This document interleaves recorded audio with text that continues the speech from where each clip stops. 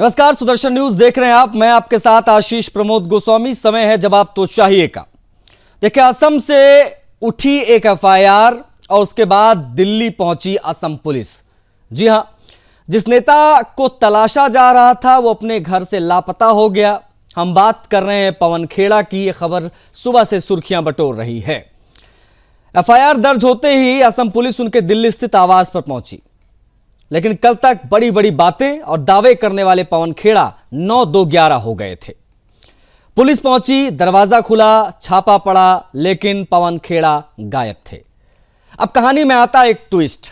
असम के मुख्यमंत्री हिमंत बिस्वा शर्मा, जो बहुत आक्रामक और लगातार चेतावनी दे रहे थे, उन्होंने फिर से एक बड़ा बयान दिया। उन्होंने कहा कि पवन खेड़ा हैदराबाद भाग गया है। यानी अब सवाल सिर्फ आरोपों का नहीं बचा, भागने या बचने का भी सवाल है। दरअसल यह पूरा मामला जुड़ा है मुख्यमंत्री की पत्नी पर लगाए गए 3 पासपोर्ट वाले गंभीर आरोपों से, जिसमें कहा गया पवन खेड़ा के द्वारा, जहां पर मौजूदगी थी तमाम नेताओं की प्रेस कॉन्फ्रेंस में, स्पष्ट रूप से यह कहा गया, बताया गया कि 2 मुस्लिम देशों की पासपोर्ट रखती हैं मुख्यमंत्री हिमंत बिस्वा शर्मा की पत्नी।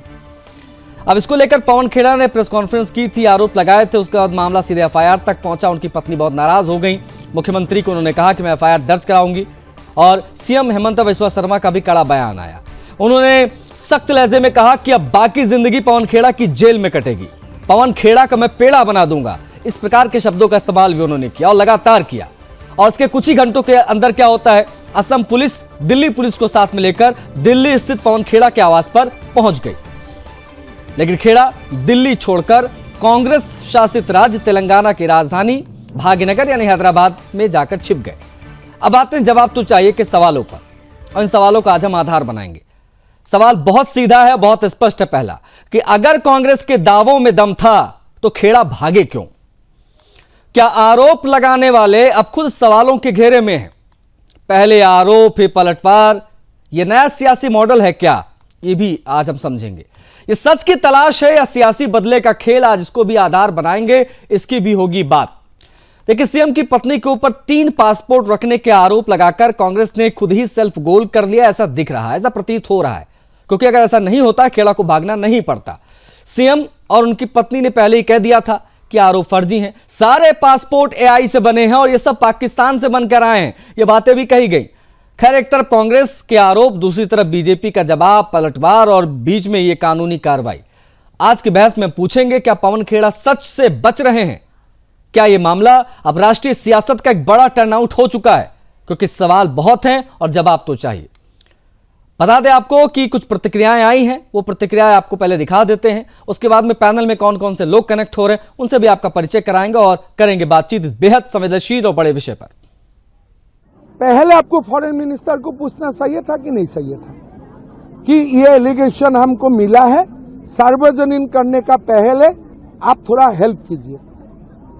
आप पहले लोगों को मारेगा, फिर बोलेगा नहीं नहीं नहीं मेडिसिन क्या होगा मैं पूछ के दूंगा। क्या पागल जैसा? खड़गे जी का उम्र हो गया, अभी भी पागल जैसा बात कर रहे। आप लोगों को जलील करेगा, लोगों को बेइज्जत करेगा, और फिर बोलेगा हम फॉरेन मिनिस्टर पूछूंगा। तुम्हारा दामाद है क्या फॉरेन मिनिस्टर? पहले झूठ मूठ कागज क्यों लाया? पहले जाके फॉरेन मिनिस्टर को क्यों नहीं पूछा? कौन है ये खड़गे? अब ये लुका छिपी का खेल, क्या लुका छुपी का खेल है? असम, अरे कहां असम पुलिस को नहीं जानते, पाताल से भी उखड़ के ले आएगा। कहां मिलेगा पवन खेड़ा? असम लासित बोरफुकन का देश है, कौन सा ये पवन खेड़ा है? 9 अप्रैल को यहाँ के लोग वोट डालने, इस बारे में कुछ बातें मैं कहना चाहता हूँ। और आप अपने वोट से, पहला मुद्दा तो ये है कि आप अपने वोट से आसाम की सबसे भ्रष्ट सरकार को सत्ता से बाहर निकाल दें। सारे देश में ऐसा कोई चीफ मिनिस्टर नहीं होगा जो भ्रष्ट और अहंकारी। और दूसरी बात मैं ये कहना चाहता हूं, आसाम के लोगों को अपनी संस्कृति, अपनी परंपरा प्यारी है। उन्हें असभ्य, अभद्र और अहंकारी मुख्यमंत्री नहीं चाहिए। पार्टी जो कहती है वही स्पोक्स पर्सन बोलता है, इसलिए स्पोक्स पर्सन पे आप अगर इस तरीके से एफआईआर करेंगे तो ये गैर कानूनी है, आप उसे डिनाई कर दीजिए। पॉलिटिकल पार्टी, चाहे भारतीय जनता पार्टी हो चाहे कांग्रेस पार्टी हो, हर रोज भारतीय जनता पार्टी के नेता हमारे खिलाफ इल्जाम लगाते हैं। कभी भ्रष्टाचार का लगाएंगे, कभी दूसरे इल्जामात लगाएंगे, राहुल गांधी पे लगाएंगे। तो हमें तो हर रोज एफआईआर करनी चाहिए कि बीजेपी के लोग साबित करेंगे। राजनीति में यह हरगिज नहीं होता। अगर आसाम के मुख्यमंत्री पावर में हैं और मुख्यमंत्री हैं तो वो लोगों को इस तरह परेशान करेंगे, और अगर कल को वो मुख्यमंत्री ना रहे और कांग्रेस की सरकार आई और हमने भी यही काम करना शुरू किया तो उन्हें कैसा लगेगा। असम की कल्पना करते हैं लोग, दुर्नीति जो भ्रष्टाचारी राजनीतिक है उनको हटाना चाहती हैं। लोग समझ चुके हैं कि हिमंत बिश्व शर्मा के लिए राजनीति मतलब पैसा और संपत्ति, और हमारे लिए राजनीति मतलब सेवा। Thank you. देखिए, असम का जो चुनाव चल रहा है बहुत ही बढ़िया चुनाव महाविकास आघाड़ी या इंडिया गठबंधन लड़ रही है, लेकिन पवन खेड़ा जैसे नेताओं ने अपने बड़ बोलेपन की वजह से इस चुनाव में कहीं न कहीं कांग्रेस को नुकसान पहुंचा दिया है। क्या जरूरत है किसी मुख्यमंत्री की पत्नी को ये कहना कि इनके पास 3 पासपोर्ट हैं? हो ही नहीं सकता। इस देश के नागरिक के पास एक ही पासपोर्ट होता है ना, भारत का पासपोर्ट। ऐसे कोई दूसरे विदेश का नागरिक उसका उस देश का पासपोर्ट होता है। एक व्यक्ति 3, 4, 5 पासपोर्ट नहीं रख सकता। क्या जरूरत है इन सब विषयों को बोलने की? कांग्रेस में जब तरुण गोगोई जी मुख्यमंत्री थे तो उन्होंने क्या क्या किया वो बताना चाहिए, और कैसे ये सरकार लोगों को तकलीफ दे रही है, कैसे वहां पर भाईचारा को नष्ट किया जा रहा है, कैसे असम को पिछाड़ दिया गया है, उस पर बात करनी चाहिए। ये पासपोर्ट वाला विषय लाना ही नहीं चाहिए था। तो पवन खेड़ा और हेमंत बिश्व शर्मा ने इस चुनाव को व्यक्तिगत बना दिया है, जबकि चुनाव कांग्रेस विरुद्ध भाजपा होना चाहिए। हेमंत बिश्व शर्मा के ऊपर बड़े गंभीर भ्रष्टाचार के आरोप लगाए गए, साक्ष्यों और सबूतों के साथ लगाए गए। पवन खेड़ा जी ने कुछ आरोप लगाए, आप उन आरोपों का जवाब दीजिए। आप ये गंदी गंदी गालियां देना, अजीब अजीब भाव भंगिमा करना, आप इस तरह का डराने धमकाने का काम क्यों कर रहे हैं? आपकी पुलिस पहुंचकर दिल्ली में किसको डराने की कोशिश कर रही है? अरे आपके ऊपर गंभीर भ्रष्टाचार के आरोप लगे, आपके परिवार पर लगे, आप उसका जवाब दीजिए। और ये कोई हम आउट ऑफ थिन एयर थोड़ी आरोप लगा रहे हैं, साक्ष्यों और सबूतों के साथ लगा रहे हैं। सबको पता है असम की जनता को लूटकर, असम के हक को मारकर आपने क्या किया है। आप इन चीजों को करके, जिस तरह की आप भाषा बोल रहे हैं, जिस तरह की आपकी शैली है, जिस तरह से आप अपनी पुलिस से डराने धमकाने का काम कर रहे हैं, आप ये प्रूफ कर रहे हैं कि आप पूरी तरह से बौखलाए हुए हैं, पूरी तरह से घबराए हुए हैं, और आप पकड़ लिए गए, धर लिए गए भ्रष्टाचार करते हुए। तो असम की जनता जानती है, और असम की आप एक एफआईआर करिएगा, असम की जनता लाखों एफआईआर करने जा रही है आपके खिलाफ 9 तारीख को जब वो वोट डालेगी।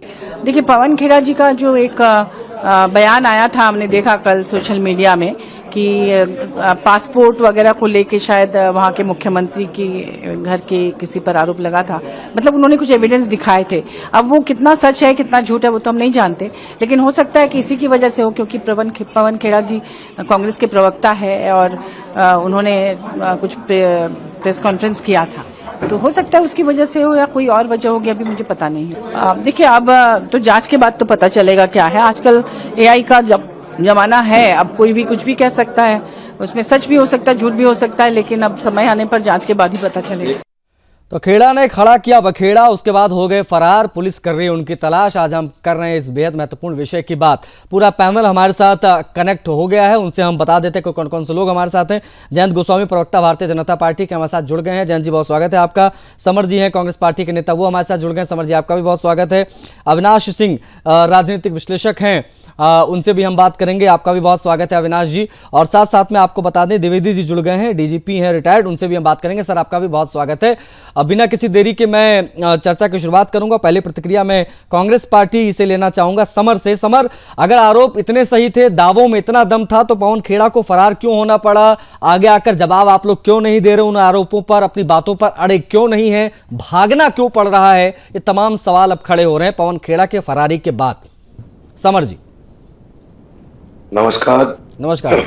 मेरी आवाज शायद थोड़ा सा खराब है क्योंकि प्रचार में शायद मुझे कुछ दिक्कत हो रहा है। कोई बात नहीं। आवाज अगर क्लियर नहीं आ रही, देखिए हमारी पार्टी और पवन खेड़ा जी हमारी वरिष्ठ प्रवक्ता है और उनका नैतिक कर्तव्य ये बनता है कि वो अगर विरोधी के रूप में काम कर रहे तो हमारी जो विरोध की पार्टी है उनका ऊपर जो भी उनका तथ्य मिलेगा उसके ऊपर वो प्रेस विज्ञप्ति दे रहे हैं, उनका कर्तव्य है, उन्होंने लाए।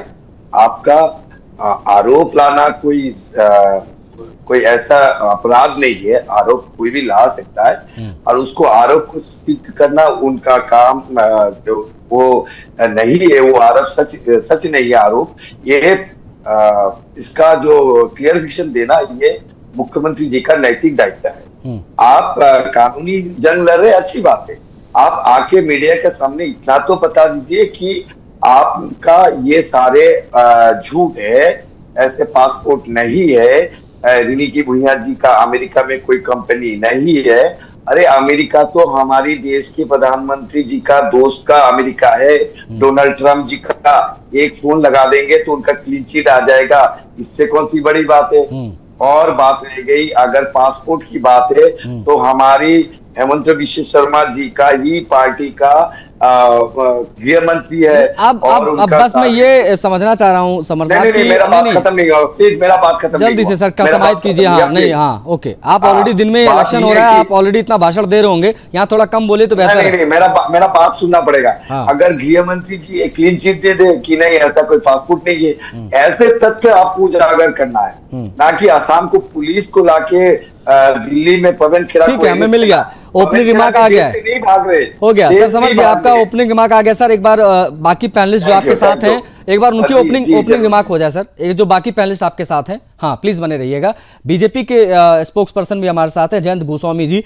जयंत जी, अगर खेड़ा मान लीजिए निर्दोष भी हैं तो उनको एफआईआर के बाद गायब क्यों होना पड़ा?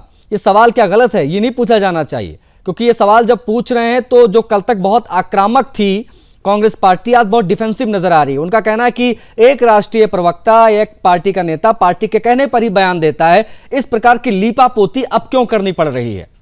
जयंत जी देखिए, डे बिफोर यस्टरडे सुबह में दिल्ली में ये प्रेस कॉन्फ्रेंस हुआ। पवन खेड़ा जी ने दिल्ली में किया, उसके बाद शाम को गुवाहाटी में किया, उसके बाद उसी दिन रात को 12 बजे रिनी भुइयां ने एफआईआर किया है। कल सुबह 8 बजे हमारा मुख्यमंत्री जी ने क्लियर कर दिया यूएई और मिस्र और यूनाइटेड स्टेट का कोई भी पासपोर्ट जो पवन खेड़ा जी ने आरोप लगाया वो फर्जी है, एआई जनरेटेड है, तो वे क्लियर कर दिया। उसके बाद पुलिस ने इन्वेस्टिगेशन शुरू कर दिया। यूएई ने दिन में ही बोल दिया कि ये जो पासपोर्ट का बारे में बोल रहा है वो क्लियर कर दिया, वो पासपोर्ट उन लोगों का नहीं है। उसके बाद में यूनाइटेड स्टेट और मिस्र से भी आ गया कि उनका ये पासपोर्ट नहीं है। तो एक बार क्लियर हो गया कि ये तीनों पासपोर्ट जो बोल रहा था पवन खेड़ा जी वो उन कंट्री का इशू किया हुआ नहीं है और ये फर्जी है, एआई जनरेटेड है। लेकिन पवन खेड़ा जी और हमारा गौरव गोगोई जी किसी ने भी नहीं बोला कि ये गलत बोल रहा है मुख्यमंत्री, ये फर्जी नहीं है, ये जेन्युइन है, ऐसा हमारा क्लेम ऑथेंटिक है, ऐसा बोल के कुछ नहीं बोला। तो क्यों नहीं बोला? इसीलिए नहीं बोला कि उनको मालूम है कि ये फर्जी है। जो फर्जी है खाली पॉलिटिकल स्टैंड के लिए, पॉलिटिकल इश्यू बनाने के लिए ये सब दिया है। ओके जैन जी, आप प्लीज, ठीक है सर, भाग रहा है, आप प्लीज बने रहिएगा। बाकी जो हमारे साथ पैनलिस्ट है उनका एक बार ओपनिंग रिमार्क आ जाए। हमारे साथ अविनाश सिंह जी हैं, राजनीतिक विश्लेषक, उनसे भी हम बात करेंगे। अविनाश जी, ये पवन खेड़ा का जो हिट एंड रन हुआ है, इसको आप किस प्रकार से देख रहे हैं? ये जरा समझाइए हमारे दर्शकों को, ये कौन सा पॉलिटिकल मॉडल है कि पहले आरोप लगाओ फिर फरार हो जाओ? जी सभी को नमस्कार, जय श्री राम। आवाज आ रही है? जी सर, आपकी आवाज आ रही है। जय श्री राम। जय श्री राम जी। पहले तो जब भी आपके पास साथ बैठता हूं अच्छा भी लगता है और लगता है कि पहले कोचिंग क्लास चलाना पड़ता है, फिर विश्लेषण करना पड़ता है। हमारे कांग्रेस के नेता को ये नहीं पता है कि इल्जाम का मतलब क्या होता है और नेशनल सिक्योरिटी का मतलब क्या होता है। जब भी करेंसी की बात होती है, पासपोर्ट की बात होती है, तो वो नेशनल इशू होता है, वो कोई पॉलिटिकल इशू नहीं है। तो जो पार्टी जो 135 साल पुरानी बुढ़िया पार्टी हो चुकी है, उसको ये नहीं पता कि नेशनल सिक्योरिटी का मुद्दा क्या हो सकता है और पॉलिटिकल मुद्दा क्या हो सकता है। अब आप देखिए खैरा साहब है, 90 प्लस हो गए या शायद 93 साल के हैं, वो जाते हैं केरला में तो कहते हैं कि गुजरात के लोग अशिक्षित है, इसीलिए मोदी को जिता रहे हैं। अब बताइए, आप पूरे के पूरे स्टेट को अशिक्षित बता रहे हैं, महाराष्ट्र को, बिहार को अशिक्षित बता रहे हैं, किसी को आप गाली दे रहे हैं। चलिए एक बार को मान सकते हैं कि ये पॉलिटिकल मुद्दा है, आप पॉलिटिकली इसको डील कीजिए, पर ये पुलिस गई क्यों है? ये पुलिस इन्वेस्टिगेशन करने गई है, उनको पवन खेड़ा से कोई लेना देना नहीं है, उनको पवन खेड़ा से, कांग्रेस पार्टी से कोई लेना देना नहीं है। पुलिस के पास एक कंप्लेन है, फर्जी पासपोर्ट का कंप्लेन है, पासपोर्ट नेशनल सिक्योरिटी का मसला है, यूनियन का मसला है, इसीलिए पुलिस कार्रवाई कर रही है। नंबर 1। नंबर 2, कांग्रेस पे आते हैं, पॉलिटिकल बात पे आते हैं। कांग्रेस के लिए नया क्या है? आप याद कीजिए पेगासस कहां से खारिज हुआ? सुप्रीम कोर्ट से। आप याद कीजिए क्या नाम है आपका, हिंडनबर्ग कहां से खारिज हुआ? सुप्रीम कोर्ट से। और जहां तक कांग्रेस के प्रवक्ता कह रहे थे कि पॉलिटिकल लड़ाई है, अरे पॉलिटिकल लड़ाई तो सारी की सारी केसेस और जो करप्शन के केसेस की बात हुई है, ये तो सुप्रीम कोर्ट के कहने के बाद हुई है कांग्रेस पार्टी के मेंबर के खिलाफ, चाहे वो नेशनल हेराल्ड हो, चाहे वो बफोर्स हो, चाहे वो अगस्ता वेस्टलैंड केस हो, वो सारा का सारा एफआईआर जो दर्ज हुआ है वो किसी पॉलिटिकल पार्टी ने नहीं किया है, वो सीबीआई और एनआईए और सुप्रीम कोर्ट और हाईकोर्ट के कहने के बाद हुआ है। तो हमारे जो कांग्रेस के जो मित्र है, उनको ये पता नहीं है कि पॉलिटिकल क्या है, नेशनल सिक्योरिटी का मसला क्या होता है, कंप्लेंट एफआईआर पे पुलिस क्या कार्रवाई करती है। और ये बिल्कुल ये नेशनल टेलीविजन पे सरासर झूठ बोल रहे हैं कि भाजपा भी ये ऐसी इस तरह का एलिगेशन लगाती है। आप मुझे बताइए कि कौन सा एलिगेशन भाजपा ने लगाया है जिसको कोर्ट ने आपको उसकी मान्यता नहीं दी हो, बताइए आप। ठीक, ओके, आप प्लीज बनिएगा हमारे साथ। अविनाश सर, हमारे साथ एकेडी द्विवेदी जी भी हैं, रिटायर्ड डीजीपी, उनसे भी हम बात करेंगे। डीजीपी सर, एफआईआर के बाद अचानक किसी नेता का फरार हो जाना, गायब हो जाना, या किसी का भी एफआईआर के बाद गायब हो जाना, कानून के नजर में इसे कैसे देखा जाता है सर? ये मैं समझना चाहूंगा आपसे। भगौड़ा गोस्वामी साहब, मैं कोई राजनीतिक बात नहीं करूंगा, केवल तथ्य और कानून की बात करूंगा। उससे स्थिति स्पष्ट हो जाएगी। पहली बात ये, हम सभी जान रहे हैं कि असम में और देश के 4 और राज्यों में चुनाव चल रहा है। हमारे देश में लोकतांत्रिक व्यवस्था है, लोकतांत्रिक व्यवस्था में सत्ता में जो भी राजनीतिक पार्टी रहती, उसकी नीतियों की आलोचना विपक्षी पार्टियां करती हैं। आलोचना ऐसे करती हैं, उदाहरण के लिए मैं कह रहा हूं कि बेरोजगारी बढ़ गई, महंगाई बढ़ गई, औरतें सुरक्षित नहीं, क्राइम बढ़ गया, इस तरीके की जनरल आलोचना करते हैं। लोकतंत्र में ऐसा होता न केवल भारत में, पूरी दुनिया में होता है। लेकिन ये जो आरोप लगाए गए हैं अभी बीते रविवार को जी,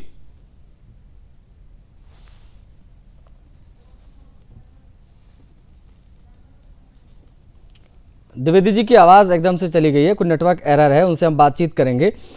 लेकिन जब तक मैं उनसे जुड़ता हूं तब तक समर की तरफ बढ़ता हूं, कांग्रेस पार्टी के नेता हैं। समर, अब कहां तक बचाव कीजिएगा? बिना किसी पुख्ता सबूत के मुख्यमंत्री के ऊपर इतने बड़े बड़े आरोप लगा देना, ये वही वाली बात थी, ऑफेंसिव हो जाना डिफेंसिव होने से बेहतर है।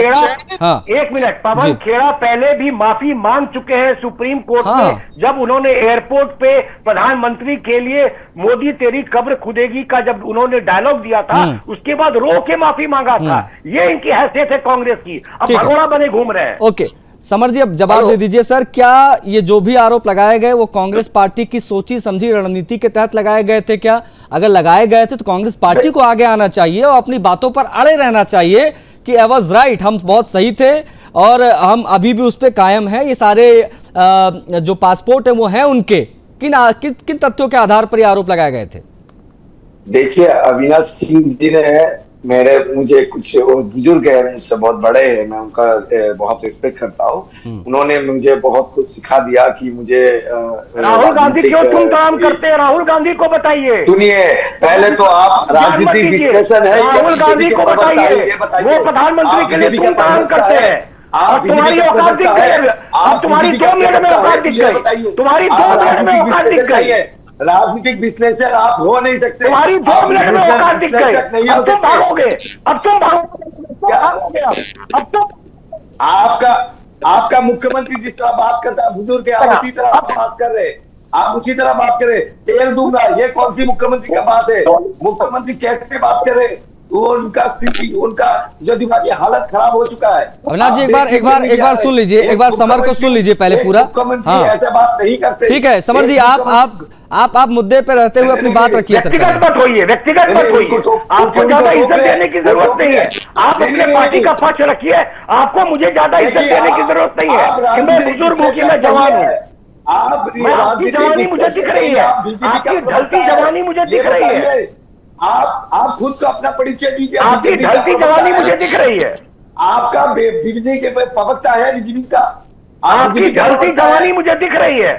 कांग्रेस से बर्बाद होता हूँ, आपकी ढलती जवानी मुझे दिख रही है। आप बुजुर्ग है, मैं ढलती जवानी, मेरा जो उम्र 40 से 45 साल के बीच है, अगर मेरी जवानी जा रही है तो आपकी जवानी आ रही है। आपकी बात से आपकी जवानी आ रही है। आप रिस्पेक्ट से बात कीजिए। मैं आपको बहुत रिस्पेक्ट करता हूँ, आपसे उम्र से बहुत छोटा हूँ, मैं आपसे सीख सकता हूँ। राहुल गांधी को सिखाइए, राहुल गांधी को जो प्रधानमंत्री को तुम तमाम करते हैं, राहुल गांधी को सिखाइए, राहुल गांधी को सिखाइए जो विश्लेषक नहीं हो सकते, ये विश्लेषक नहीं हो सकते। ठीक है, ओके समर जी मुझे बस ये बता दीजिए, समर जी बस मुझे मेरे सवाल का जवाब दे दीजिए सर। ये तो व्यक्तिगत हो जाएगा अगर इस प्रकार से आप बोलते रहे लगातार सर। तो मेरे को बस ये बता दीजिए कि ये सारे आरोप जब आप लोगों ने लगाए तो क्या ये कांग्रेस पार्टी की कोई पॉलिटिकल रणनीति थी? और थी अगर तो इतनी बड़ी, इतनी पुरानी पार्टी को, इतनी अनुभवी पार्टी को ये पता नहीं था कि ये कौन सा विषय है असम के मद्देनजर जो आप उठा रहे हो एक नेशनल इशू बन जाएगा, इस प्रकार का मामला बन जाएगा? और अगर वाकई में दावों में इतना दम था, पुख्ता सबूत थे, अभी भी आप लोग बहुत श्योर हैं अपने दावों को लेकर, तो ये राजनीतिक बदले का रोना अब क्यों रोना पड़ रहा है? देखिए, राजनीतिक रोना हम लोग नहीं रो रहे हैं, ये हमारे नहीं। अभी मैंने थोड़ी देर पहले, इसलिए सॉरी सर, अभी थोड़ी देर पहले हमने राशिद अल्वी का बयान सुनाया, उसमें वो कह रहे थे कि राजनीतिक बदला लिया जा रहा है, हमने आरोप लगा दिए और कल को हमारी सरकार आएगी तो हम भी यही करेंगे। तो ये राजनीतिक बदले वाला रोना नहीं तो और क्या है? राजनीतिक बदला कोई नहीं होता, राजनीति में ऐसा कोई शब्द नहीं होता कि राजनीतिक बदला। देखिए, आरोप लगाना और उसको साबित करना उनके जिम्मेदारी है, और आपको आरोप से विमुख, अगर आपने क्लीन चिट देना है तो आपके सामने आइन की और संविधान की पूरी परिभाषा पड़ी है।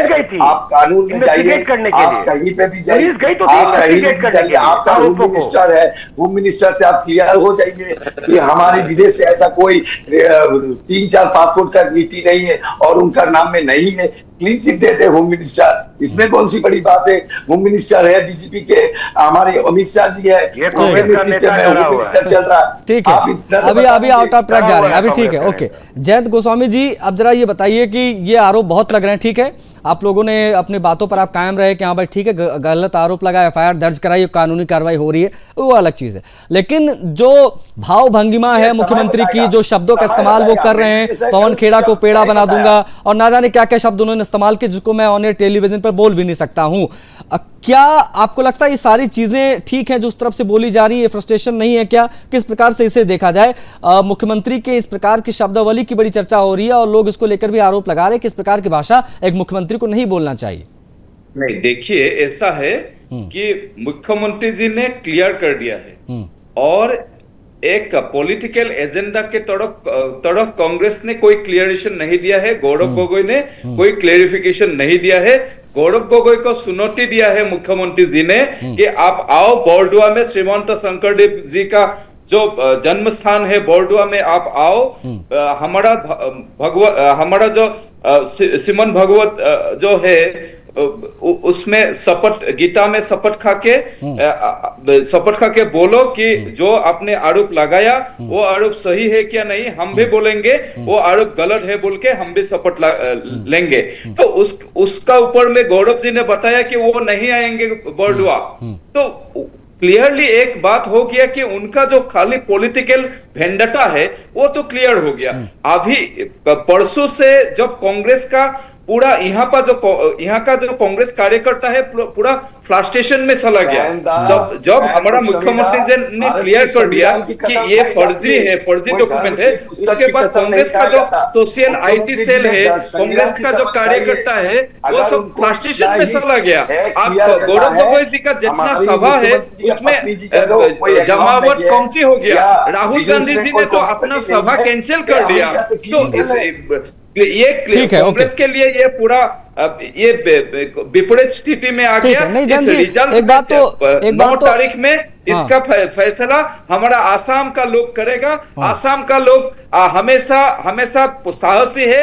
आसाम का लोगों ने 17 बार मुगलों का आक्रमण को मार गिराया है। लासित का देश है ये, सुकापा का देश है ये, खिलाड़े का देश है ये, शंकरदेव का देश है। ठीक है, इसमें पवन खेड़ा का कोई दादागिरी इसमें नहीं चलेगा। ओके, नहीं पवन खेड़ा ने तो कह सकते हैं ना कि और पवन खेड़ा ने ये तमाम बातें करके और स्थिति बिगाड़ दी है, प्रॉब्लम ज्यादा क्रिएट की है उन्होंने। ठीक है, मैं इस पर और बात करूंगा, लेकिन द्विवेदी जी हमारे साथ है। अविनाश सर मैं आ रहा हूं।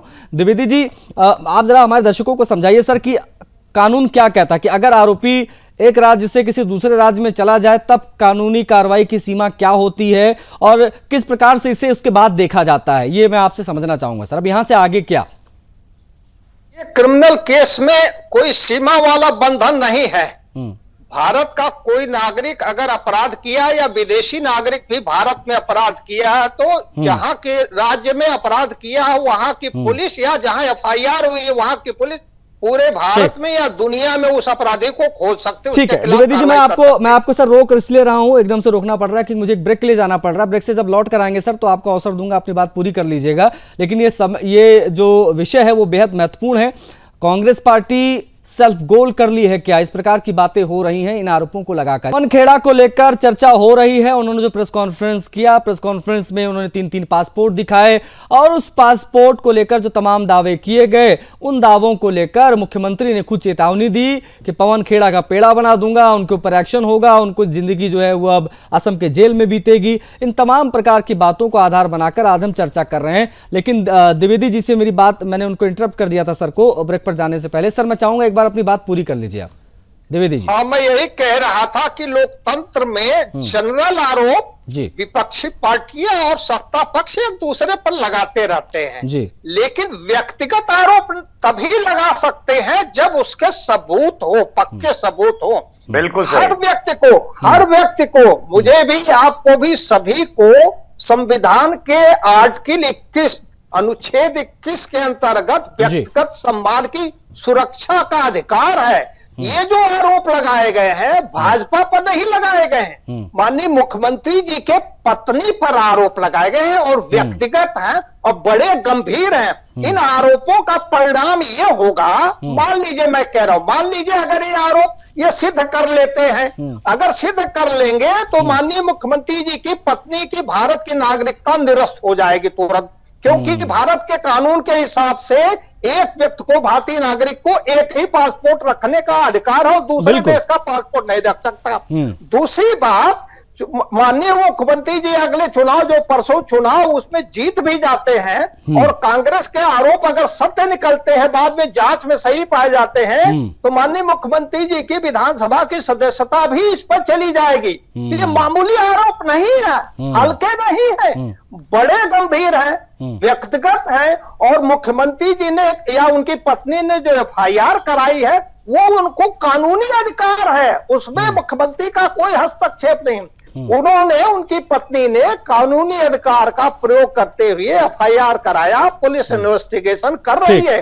एक बात और कहना चाहेंगे, केवल पासपोर्ट की ही आरोप नहीं है, ये भी कहा गया है कि उनके परिवार का, पत्नी का अमेरिका में 52,000 करोड़ रुपए का कारोबार, व्यापार है। GDP नहीं है असम की, बात नहीं है, छोटी मोटी बात नहीं, बहुत बड़ी बात है। तो ऐसे आरोप लगाना उचित नहीं है, व्यक्तिगत आरोप। जनाब आरोप लोकतंत्र में लगते रहते हैं, ये मेरा यही कहना है। Okay sir, thank you so much, आप प्लीज बने रहिएगा।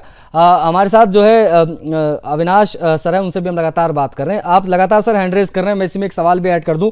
ये जो पिछले कुछ वर्षों से हम देख रहे हैं, मुख्यमंत्री लगातार गौरव गोगोई की पत्नी, आईएसआई एजेंट, तमाम बातें कही जा रही थी, क्या इसी के जवाब में चुनाव से ठीक पहले इन्होंने कुछ चुनावी स्कोरिंग करने का फायदा उठाने की कोशिश की और फंस गए अपनी इस प्रकार के बयानों में? क्या उस रणनीति को अपनाने की कोशिश की गई? Offence is the best defence policy जो होती है, इसकी वजह से दिक्कतें हुई?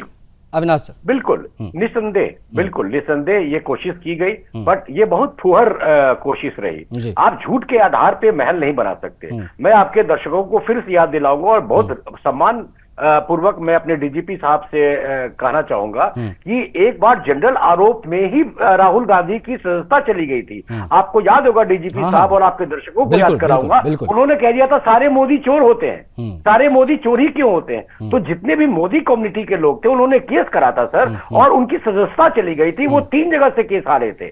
तो ऐसी बात नहीं है कि सार्वजनिक रूप से अगर आप कम्युनिटी को बदनाम करते हैं, अगर आप किसी को व्यक्तिगत आप लगाते हैं, और ये व्यक्तिगत ही नहीं, ये घोर व्यक्तिगत ही नहीं, ये मैं बार बार यही कह रहा हूं कि ये नेशनल सिक्योरिटी का मामला है, ये एनआईए का मामला है, ये सीबीआई का मामला भी नहीं है, ये एनआईए का मामला है। और इस तरह के मामला में अगर कंप्लेन होता है तो क्या आप बताइए, किसी कंप्लेन पे पुलिस क्या करती है? वो एक्शन लेती है। बल्कि आपके मुख्यमंत्री ने, हमारे मुख्यमंत्री ने तो यहां तक असरत जताया कि पता नहीं आसाम पुलिस वो दिल्ली क्या करने गई है। मुझे तो खबर है कि वो हैदराबाद भाग गए हैं। तो अब हैदराबाद पुलिस जाएगी, और यहां पे दिक्कत ये आती है कि पुलिस जा तो सकती है कहीं भी, पर उनको लोकल पुलिस के साथ मिल करके वो अरेस्ट को करना होता है या पूछताछ करनी होती है। जहां पे जो आप देखिए, अभी ये कपड़ा उतार रैली, नंगा रैली जो उन्होंने किया आईटी वाले में, कहां भाग के गए इनके बब्बर शेर? सारे हिमाचल भाग के चले गए थे, वहां से पकड़ के लाए गए सब। तो क्रिमिनल जो एक्टिविटी होता है, क्रिमिनल कार्रवाई जो होती है, उसमें कोई स्टेट बाउंड्री नहीं होती है। एनआईए के पास अगर ये केस है तो एनआईए कहीं भी जाकर के इनको ढूंढ के पकड़ के लाएगी। नहीं, अब तो वही चीज है ना सर, अपने कांग्रेस शासित प्रदेश को चुनकर भागा जाता है ताकि वहां पर उनको ढाल मिल जाए, और वही करने की कोशिश यहाँ पर की गई। हिमाचल भागे थे बब्बर शेर, इनके नंगे बब्बर शेर कहाँ भागे थे? हिमाचल भाग गए थे, वहां से घसीट के लाए गए नंगे बब्बर शेर इनके। ठीक है, समर जी क्यों मुस्कुरा रहे हैं? आपको तो जलील करके गए हैं पवन खेड़ा भरे मंच पर, और उसके बाद में आप मुस्कुरा रहे हैं। अब ये इसकी मुस्कुराहट के पीछे की क्या वजह है? आप लोगों ने पूरा राजनीतिक भरोसा खो दिया असम के सामने, देशवासियों के सामने, और आज ये स्थिति है कि सेल्फ गोल करके फरार हो गए पवन खेड़ा, और आप मुस्कुरा रहे हैं यहाँ पर बैठकर। ये आपको हंसी मजाक का विषय लग रहा है सर?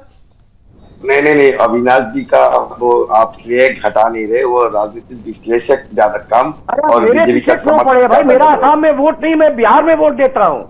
मेरा आसाम में कोई वोट नहीं। आप अपनी बात रखिए, आप व्यक्तिगत होइएगा तो बोलने नहीं देंगे। आपका मुख्यमंत्री रहेंगे, हमारे मुख्यमंत्री नहीं देंगे। अगर आप व्यक्तिगत होइएगा तो बोलने नहीं देंगे। अगर आप व्यक्तिगत होइएगा तो बोलने नहीं देंगे। अगर आप व्यक्तिगत होइएगा तो बोलने नहीं देंगे। आप व्यक्तिगत होइएगा तो मैं भी पेलूंगा आपको। अगर आप व्यक्तिगत होइएगा तो हेमंता की तरह मैं आपको पेलूंगा। अगर व्यक्तिगत होइएगा तो हेमंता की तरह मैं आपको बनेंगे। व्यक्तिगत होइएगा तो हेमंता की तरह मैं आपको पेलूंगा। अविनाश जी, आप गलत होइएगा तो हेमंता की तरह मैं आपको पेलूंगा। हमारी मुख्यमंत्री आपका नहीं, असम का मुख्यमंत्री है। आप असम में नहीं रहते, आप गलत क्यों? व्यक्तिगत होइएगा तो आपको है, अगर व्यक्तिगत होइएगा तो मैं आपको पेलूंगा। मैं आप बीजेपी का प्रवक्ता है, पेलूंगा। मैं बिहार से पुलिस भेज के आपको पेलूंगा। नहीं समर जी, क्या आप किसी को अपने विचार भी नहीं रखने देंगे क्या? वो अपने विचार रख रहे हैं, वो अपने विचार रख रहे हैं, तो आप अपनी बात रखिए। आप उनके ऊपर व्यक्तिगत हमलावर क्यों हो रहे हैं? नहीं मतलब सहनशीलता नामक एक चीज होती है। नहीं, ये सुनिए ना सर, ठीक है ना। अब वो अविनाश जी अगर फैक्ट्स रख रहे हैं, वो बता रहे हैं कि पवन खेड़ा को पहले माफी मांगनी पड़ी थी, वो बता रहे कि राहुल गांधी की सदस्यता चली गई थी, कौन कौन से मामले थे। ये एक पॉलिटिकल एनालिस्ट का ही तो काम है, वो अपना काम कर रहे हैं। अभी आपको चुभ क्यों रहा है? आपसे जो मैं सवाल पूछ रहा हूं सर, आप उसका जवाब दीजिए। आप अपनी पार्टी का पक्ष रखने आए हैं, अविनाश जी से बैठकर लड़ाई लड़ने नहीं आए सर। सर राफेल के बारे में झूठ उड़ा दिया था, राफेल के बारे में जाके माफी मांग के आए थे सुप्रीम कोर्ट में। बताइए ये तथ्य है नहीं है? बताइए ये तथ्य है नहीं है? चैनल में बैठ के कोई हमें धमकाएगा, आप उसका समर्थन करेंगे? ऐसा नहीं हो सकता सर। जिसने नहीं हो सकता। धमका कौन रहा है आपको सर? कौन धमका रहा है आपको? यही बोले बिहार से पुलिस भेज के मुझे पेलेंगे आपके सामने बोले। नहीं सर, आप ये सब शब्दों का इस्तेमाल जो है मुख्यमंत्री ने किया है, और इसको लेकर मैंने सवाल पूछ लिया जयंत जी से। इन्होंने भी किया आपके सामने, टीवी चैनल में किया है। हाँ रिकॉर्डिंग ठीक है। मैं सुन नहीं पाया उस समय। अगर मैं सुनता तो मैं जरूर अविनाश जी को टोकता। ठीक है, रिकॉर्डिंग है मेरा पास, कोई बात नहीं सर, वो आप रिकॉर्डिंग ट्वीट कर दीजिएगा अभी। लेकिन मैं अगर देख पाता तो मैं जरूर अविनाश जी को रोकता। लेकिन ठीक है, मैं अब जो आपसे पूछ रहा हूँ, बस मुझे ये बता दीजिए, ये चुनाव से ठीक पहले, वोटिंग से मत होइए, ठीक है, वोटिंग से ठीक पहले समर जी, वोटिंग से ठीक पहले, ठीक है ओके अविनाश जी। समर जी से मैं विषय पर ज्यादा बात नहीं कर पाया हूँ। ठीक है समर जी, सुन लीजिए भाई, अब सुन लीजिए ना समर जी। मैं समझ गया हूँ कि बहुत बुरी तरीके से फंस गए हैं आप आरोप लगाकर, लेकिन बस मैं ये समझना चाह रहा था आपसे, अगर ये वाकई सोची समझी रणनीति थी, सबूत बहुत स्ट्रांग थे आप लोगों के पास, ये एआई जनरेटर नहीं था, पाकिस्तान से नहीं आया था ये सब कुछ फर्जी पासपोर्ट्स, तो अब भागना क्यों पड़ रहा है? मुझे इसका जवाब दीजिए। आप कानून का सच का सामना क्यों नहीं कर रहे? देखिए ये कानूनी पेच है, तो भागना होता है क्या इस कानूनी पेच में सर? हाँ जी हाँ। नहीं तो भागना होता है, फरार होना पड़ता है। नहीं क्यों भागेंगे? वो देश से नहीं निकले, वो भारत में है, उनका प्रचार चल रहा है, जा रहे हैं। ठीक है, एक कमेंट मैं जयंत जी का लूंगा, फिर मुझे क्लोज करना। जयंत गोस्वामी जी, आप कुछ हैंड रेज कर रहे हैं। केरल में जाएंगे, सभी जगह हमारी चुनाव हो रहा है, जा रहे हैं, ये भागना नहीं सर। 2-2.5 राज्यों में आपकी सरकार बची है, भाग लीजिए, कहां तक भागेंगे? ठीक है, कानून के ऊपर विश्वास। जयंत जी जल्दी से सर, जल्दी से। जयंत गोस्वामी जी अपनी बात रखिए, बोलते रहेंगे समर जी, आप बोलिए सर। हाँ देखिए ऐसा है कि इसमें अब मुख्यमंत्री का तरफ से, उसका पत्नी का तरफ से क्लियर हो गया। हाँ। अभी कांग्रेस का बारी है। हाँ। कांग्रेस को क्लियर करना है क्यों फर्जी ये जो फर्जी डॉक्यूमेंट क्यों बनाया था? खाली पॉलिटिकल नैरेटिव के लिए बनाया था और किस लिए बनाया था? बनाने के बाद फिर आपने स्टेटमेंट क्यों नहीं दिया? अभी तो मुख्यमंत्री क्लियर बोल दिया कि ये फर्जी है, और सेंट्रल गवर्नमेंट का भी क्लियरेंस आ गया। ये तीनों कंट्री से क्लियरेंस सेंट्रल गवर्नमेंट को आ गया, फॉरेन अफेयर्स को। उसके बाद सेंट्रल गवर्नमेंट ने असम पुलिस को बोल दिया कि ये तीनों जो पासपोर्ट है वो फर्जी है। तो अभी कांग्रेस का बारी है। तो आज क्यों कांग्रेस मौन रहा? आज क्यों गौरव गोगोई मौन रहा? इसीलिए कांग्रेस का जितना कार्यकर्ता है, जितना आईटी सेल का, कांग्रेस का जो सोशल मीडिया का कार्यकर्ता है, वो पूरा आज मौन है, और सोशल मीडिया में कोई नहीं है कांग्रेस। आज कांग्रेस का तीन मीटिंग रद्द हुआ है। गौरव गोगोई जी का खुद का मीटिंग। ठीक, ओके। नहीं ये बात तो सही है, एक बुरी तरीके से कांग्रेस फंस गई है इन आरोपों को लगा, शायद इसीलिए भागना पड़ रहा है, छुपना पड़ रहा है इधर उधर। बट एनीवेज मेरे पास समय आज सीमित था। बहुत आभार आपका जयंत जी, बहुत आभार आपका समर जी, अविनाश सर आपका भी बहुत आभार, और द्विवेदी जी आप सभी का बहुत आभार इस चर्चा में शामिल होने के लिए।